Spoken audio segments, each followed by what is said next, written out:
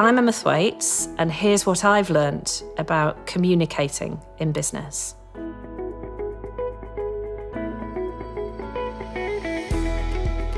I think you use stories for everything in life. Truthful stories rather than stories, lies. When you're meeting new people, we all instinctively tell stories about ourselves. The problem is that when people start businesses or when they're in the professional setting, they think that that's not appropriate, that it's somehow too informal. But actually, that's the way that you make a connection. You use stories to help people to understand what it is that you're selling, whether that's an idea or a product or a service. And so for business owners and entrepreneurs, it's really important for them to think about their own story and telling their own story. And we can all do that innately as human beings. We're conditioned to tell stories. The story of how you got there and why you're doing what you're doing, the purpose of your business, that's for me, the critical component of a good story. So my very early career was in broadcasting. I trained as a broadcast journalist. One of the things that we were taught in our journalism training was that in radio, it's really, really important to address an audience of one. So you should always be thinking about the person who is sitting at home listening to you. I drew a little face on a piece of paper and I stuck it on the fire extinguisher in the corner of the room, and I would talk to the fire extinguisher. And weirdly enough, that does give you a sense of speaking to one person, so you start to use individual language and address that person as an audience of one. I think that the tip for me is always have one person in mind. Try and create in your mind's eye the persona of who your customer might be. Have that person in mind. Be thinking about them. When you're working in any field, actually, there's obviously a level of technical detail and expertise that you need to have that your customers don't need to know. And if you include that in your marketing, then it's just going to sound like word soup. Don't make the mistake of thinking that your customers have the same level of technical expertise that you do. So keep your language really, really simple. Avoid jargon if you can at all costs. And think about the fact that the person who's receiving your message is not necessarily somebody who has English as a first language. Short words and short sentences. When you're working with stories, when you're using stories to market your product or service, the best thing to do is to experiment.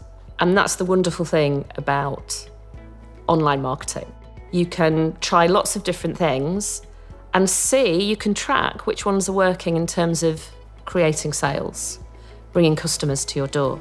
So you kind of know when you're successful when you spot a technique that works and you do more of it. In my opinion, you should never start out with the goal of inventing a communications strategy. Your approach to communications as a business should always start with your business objectives. So whatever it is that you have in your business plan or in your head as your ambition, your communication should follow those objectives, those goals. You might decide to hold events where you can connect directly with your customers. You might choose to publish material on your website or promote yourself across social media. You might choose to use media relations. So you might have an interesting story to tell a journalist. Say you're launching a product that's really new and innovative. So there's a whole range of different techniques that you can use. But ultimately, whichever tool you choose from that toolbox, from that kit of parts, will depend on what the business goal is that you're trying to fulfill. When you start a business, you're living and breathing it 24/7. And you've probably got a group of close family and friends that you're confiding in and you're asking about your product or service or your business. And they're probably giving you lots of positive reinforcement and saying how great it is and how great you are and patting you on the back, and you need that. But actually what that forms is a bit of an echo chamber. So you never really get to hear what the genuine customers for your product or service might think of it.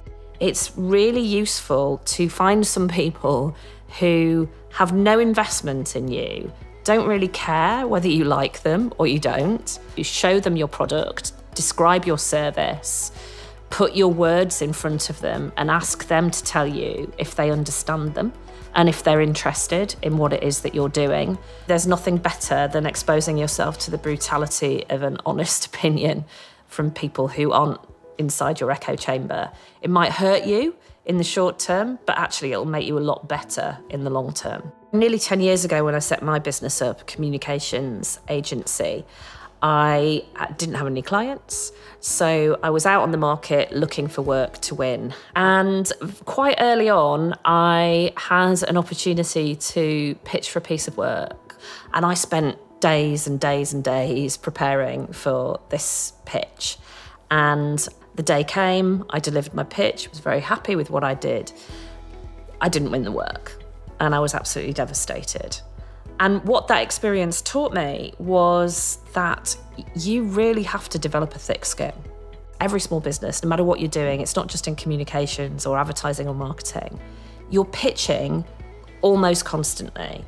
And if you can't overcome the devastation of being rejected, if you can't to a certain extent get used to that, then that will become problematic. You have to be able to accept the rejection of your product and service and learn from that as separate to a rejection of you as a person. Over the years, over the last 10 years particularly, I've met lots and lots of entrepreneurs, successful CEOs, people who run small businesses. And the one thing that I would say they all have in common is a degree of authenticity and an ability to talk about their stories and their journeys in a way that's very human and connects with other people. I think that's so important in any sort of communication, to allow yourself to come through, to not be afraid to tell your personal story. There's always something as a human being that you have in common with another human being. So working to find that, I think, is really important. And not being afraid to be yourself, being the same person in your working life as you are in your private life with your friends and your family. I think that's really critical, really important.